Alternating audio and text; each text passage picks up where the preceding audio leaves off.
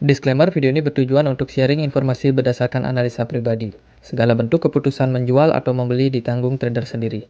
Jadi lakukan research kalian sendiri sebelum mengambil keputusan. Sudah siap? Mari kita mulai.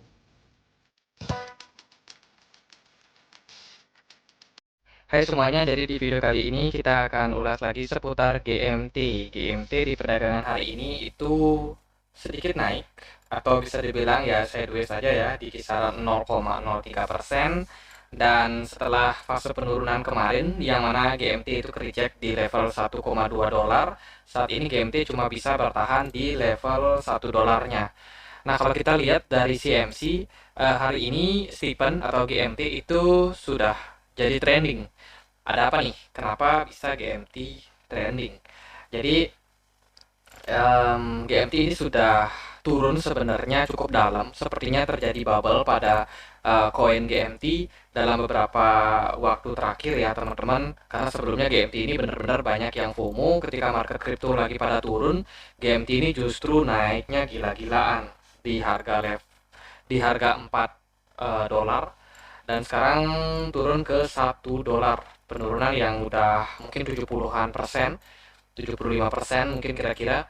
Dan untuk harga saat ini sepertinya GMT dalam fase yang bisa dibilang nggak cukup oke. Perdagangannya cenderung lesu, dan kita akan coba ulas seperti apa kedepannya GMT kalau dilihat dari pergerakan harga. Nah, di sini aku pakai time frame 4 jam, dan di sini kelihatan untuk volume perdagangan GMT berangsur-angsur mengalami penurunan. Jadi ini bukan merupakan tanda yang cukup bagus, meskipun kita tahu hari ini adalah weekend.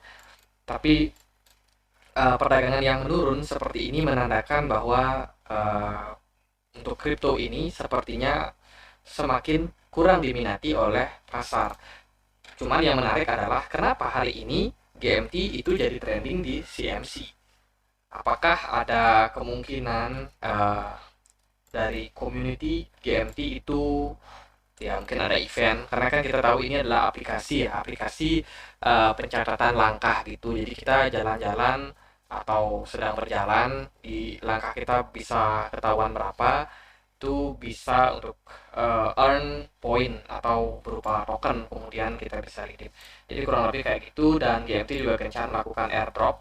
Tentunya airdrop itu juga bisa membantu untuk harga GMT ke depannya eh, naik karena adopsi yang meningkat. Cuma tergantung juga sih airdrop ini yang miliki siapa. Kalau orang yang cuma pengen dapat airdrop, garap-garap airdrop, udah dapat terus dijual, ya bisa jadi harga GMT juga mengalami kemerosotan teman-teman.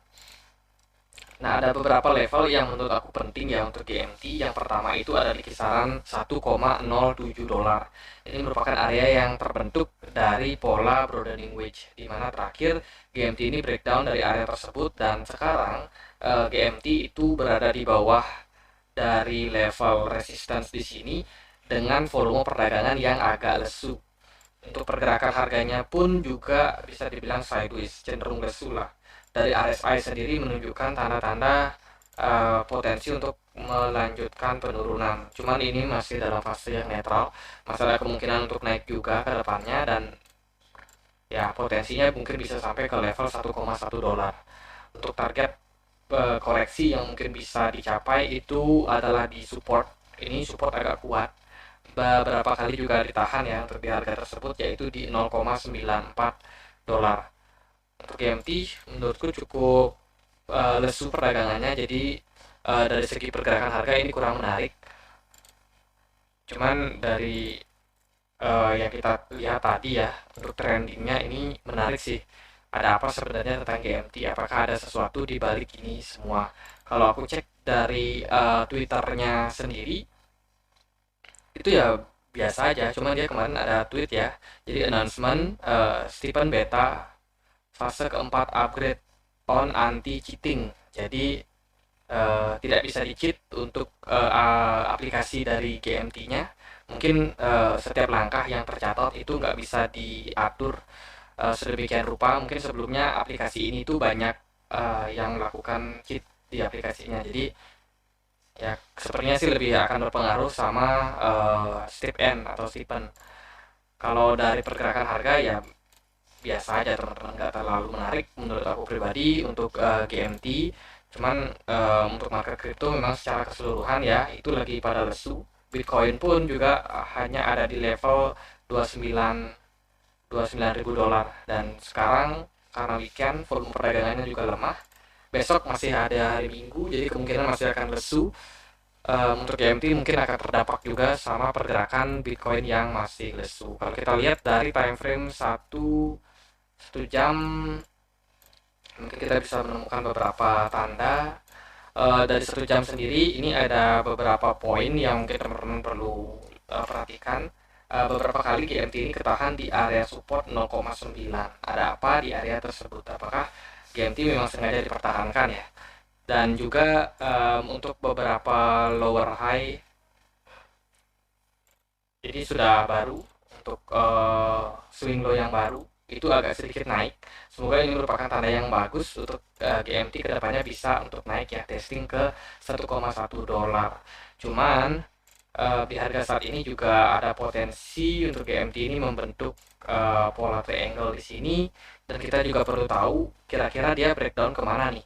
Apakah dia akan breakdown naik tembus dari resistance di 1,1 dolar ini, atau justru dia malah breakdown ke area terdekat support itu di 0,5 0,95. Jadi itu adalah peluang-peluang untuk GMT dalam jangka pendek. So far kita perlu melihat ke depannya seperti apa untuk pergerakan dari GMT. Cuma kalau dari jangka pendek memang sepertinya masih lesu secara keseluruhan, cuma masih ada potensi untuk naik di beberapa level yang aku sebutkan tadi. Kalau dari time frame yang agak menengah, sepertinya sih arah dari GMT ini masih akan mengalami koreksi teman-teman. Jadi potensial area support itu bisa sampai ke 0,83 dolar. Jadi melanjutkan dari pola broadening wedge di sini, atau mungkin ini channel masih berpotensi untuk turun drop lagi ke level support di 0,83. Itu adalah level support yang cukup kuat menurut aku untuk GMT, dan untuk level-level berikutnya itu ada di kisaran 0,7, kemudian juga ada di 0,6. Jadi sementara tren jangka agak panjang mungkin masih akan turun, cuma jangka pendeknya dia mungkin masih bisa naik dan turun. Oke, sekian aja untuk GMT, semoga bisa bermanfaat. Jangan lupa juga untuk join di komunitas kami di Telegram. Teman-teman boleh sama-sama diskusi di sini, linknya bisa temukan di kolom deskripsi. Dan juga kalau ada koin lain yang mau dianalisa juga boleh tulis aja di kolom komentar, kita akan bahas next time. Sekian aja, semoga bisa bermanfaat, dan akhir kata saya Andre, makasih.